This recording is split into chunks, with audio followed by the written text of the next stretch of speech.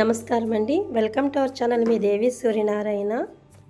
ఈరోజు మేము బీచ్కి వెళ్ళాలని సంకల్పించుకున్నామండి.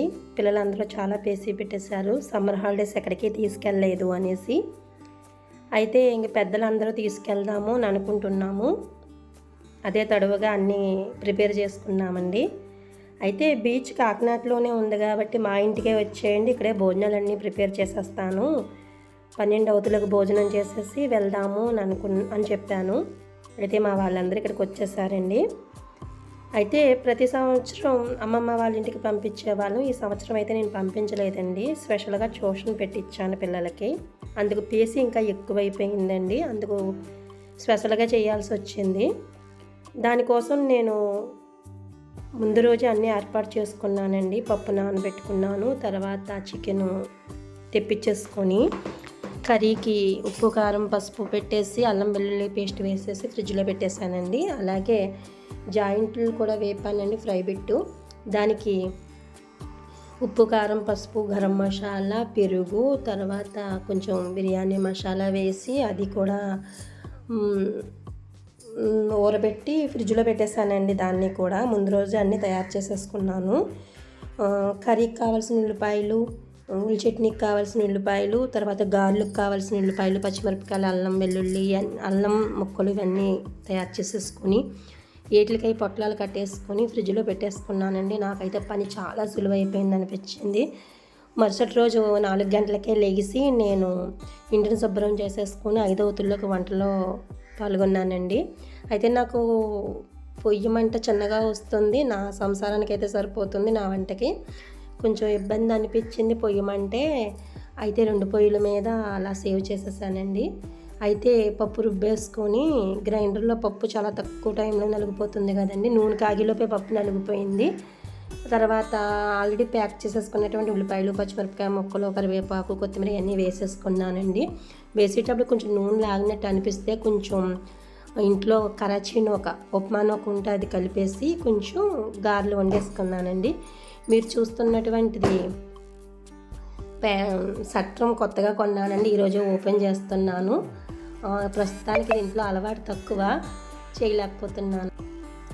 ఒక పక్క గారెలు వండుతూ వేరే పొయ్యి మీద బిర్యానీకి ప్రిపేర్ చేసేసుకున్నానండి అన్నీను. ఎందుకంటే మా నాన్నమ్మ గారు నీసు తినరండి, అందుకని నేను వేరే పొయ్యి మీద వండాల్సి వచ్చింది. అందులో అన్నీ కలుపుకుండా వండాను. ఈ పక్క పొయ్యిలో మంట చిన్నవి అని చెప్పాను కదండి, అందుకని ఒక పొయ్యి మీద ఏమో వాటర్ మరిగించుకుని, ఒక పొయ్యి మీద ఏమో మసాలా వేపుకొని కొంచెం వాటర్ ఇందులో మరిగించుకుని ఇలాగా బిర్యానీకి ప్రిపేర్ చేసేసుకున్నానండి. తర్వాత గారెలు అయిపోయిన వెంటనే అదే నూనెలో నేను ఫ్రై బిట్టు వేపేసుకున్నానండి.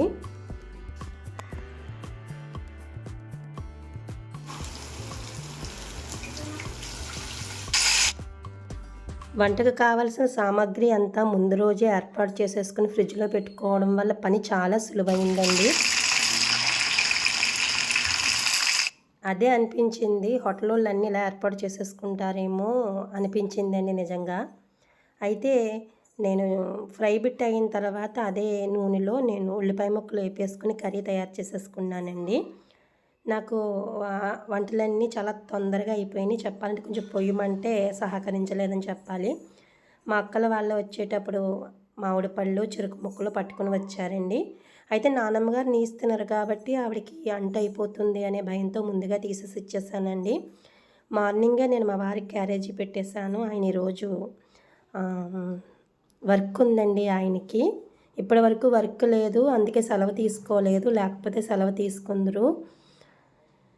అయితే మా వారికి నేను బీచ్కి వెళ్ళడం ఇష్టం ఉండదండి. ఇప్పటికొచ్చి నేను ఎప్పుడు బీచ్కి వెళ్ళనే లేదు.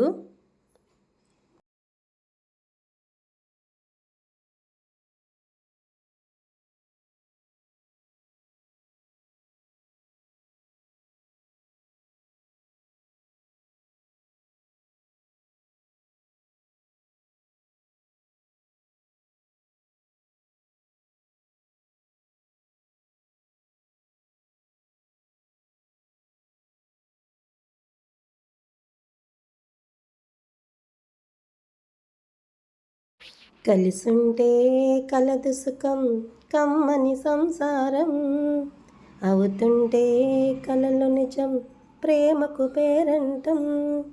గుమ్మడి పువ్వుల నవ్వులతో గుమ్ము ఎదురు చూసే, కుంకుమ పువ్వుల నవ్వులతో విరిసే. వస్తారా మా ఇంటికి ప్రతిరోజు సంక్రాంతికి, గుమ్మడి పువ్వుల నవ్వులతో.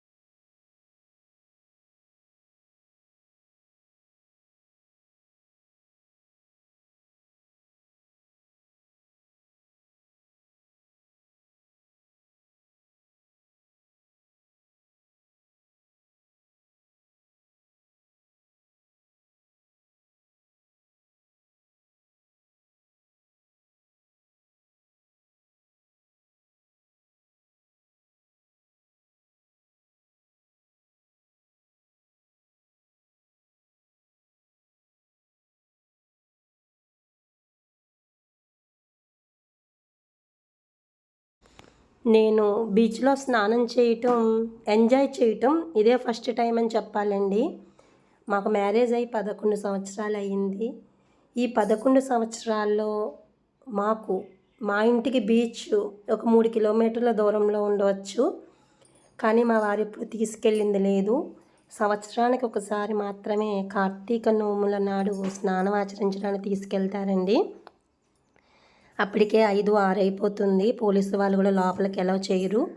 అయినా 3 మొలకలు మాత్రమే మొలకనిస్తారు. ఈలోపు నాకు కొత్త కదా, సముద్రకి వెళ్ళటం, నన్ను కొట్టేయడం, పడిపోవడం, ఇసుక నోట్లోకి ఒళ్ళంతా అయిపోవడం, ఆ ఇసుకతోని ఇంటికి రావడం చాలా ఇబ్బందిగానే ఉంటుందని చెప్పాలి. ఇప్పటికొచ్చి నేను ఎప్పుడూ సముద్రం స్నానం చేసి ఎంజాయ్ చేసిందంటూ లేదండి. నేను చాలాసార్లు బాధపడ్డాను మా వాళ్ళ దగ్గర. అందుకే నా కోసమే స్పెషల్గా పెట్టారు. మా ఆయన గారు లేరనేసి నాకు మనసు బాధగా ఉండి రానని అన్నాను. అయినా వెళ్ళాలని చాలా ఎక్కువ ఆశగా ఉంది. ఎందుకంటే సముద్రం అంటే భయం కదండి స్నానం చేయని వాళ్ళకి. వెళ్ళాలని ఉంది. మా వారు రాని కారణంగా మానేయాలని అంతకన్నా ఎక్కువ ఉంది. కానీ సాహసించి వెళ్ళానండి. చాలా ఎంజాయ్ చేశాను. మా వాళ్ళందరూ దిగి పాపం నా కోసం రమ్మని కేక వేస్తున్నారు. అయినా చెప్పాలంటే చిన్న భయం, ఎప్పుడు అలా ఆడక ఇలా బయట ఒడ్డునే ఉండి కొంచెం నీళ్ళు తడిచి తడవనట్టు, తడిసిన దానికన్నా ఇసుక ఎక్కువ పెట్టుకున్నట్టు అవుద్దంటే ఒంటి మీద అలా చేశాను. చెప్పాలంటే ఒక 5 సార్లు చేస్తుంటాను. అది కూడా 3 మునకలు మాత్రమే. కానీ ఈసారి మాత్రం చాలా ఆనందంగా ఎంజాయ్ చేశానండి. సముద్రంలో స్నానం ఎలా చేయాలనే విషయం తెలిసింది. కెరటం దెబ్బ తినకూడదంటే కెరటాన్ని ఎలా బ్యాలెన్స్ చేయాలి, ఎలా నుంచోవాలి, కెరటం వచ్చినప్పుడు ఎలా ఎగరాలి అనే విషయాలు నాకు ఇప్పుడే తెలిసినాయి. ఇప్పటి వరకు నాకు తెలియదు. అలా చేయడం వల్ల ఒంటి మీద ఒక్క ఇసుక రేణువు కూడా పడలేదండి నాకు. ఎప్పుడు ఈ 5 సార్లు స్నానం ఆలస్యించిన ఒళ్ళంతా ఇసుకే ఉంటుంది. ఇంటికెళ్ళేలోపు చర్మం అంతా కుట్టుకుపోయినట్టు ఇబ్బందిగా అనిపిస్తుంది నాకు. ఇప్పుడైతే చాలా హ్యాపీగా ఉంది. నదిలో స్నానం చేస్తే ఎంత శుభ్రంగా ఉంటుందో అలా అనిపించింది. మనసుకు ఇసుక ఎక్కడ అంటుకోలేదు. కొంచెం లోపలికి నన్ను తీసుకెళ్ళిందండి మా మరదలు చెప్పాలంటే. తను తీసుకెళ్ళి నించోబెడితే నిజంగా కెరటం వస్తే ఎగరమని చెప్పింది. ఎగిరాను. ఇంత ఇబ్బంది లేదు. అదే స్టార్టింగ్లో ఒడ్డునే ఉన్నట్లయితే కెరటం వచ్చేటప్పుడు ఏళ్ళు కొట్టేయడం, పడిపోవడం నాకైతే చాలా ఇబ్బంది అనిపించేది. చాలా ఎంజాయ్ చేశానండి. చాలా హ్యాపీగా అనిపించింది. మా వారు కూడా నా పక్కన ఉంటే ఇంకా ఆనందంగా ఉంది నాకు. చిన్న వెలుతుండిపోయింది కానీ చాలా ఆనందంగా ఎంజాయ్ చేసామండి. నాకు అనిపించింది అందరూ తరచూ బీచ్కి ఎందుకు వస్తారా, అయితే ఇలా ఎంజాయ్ చేయడానికేనా అనిపించింది. మేము స్నానం చేసేటప్పుడు కాళ్ళకి ఈ నత్తలు తగిలినాయండి.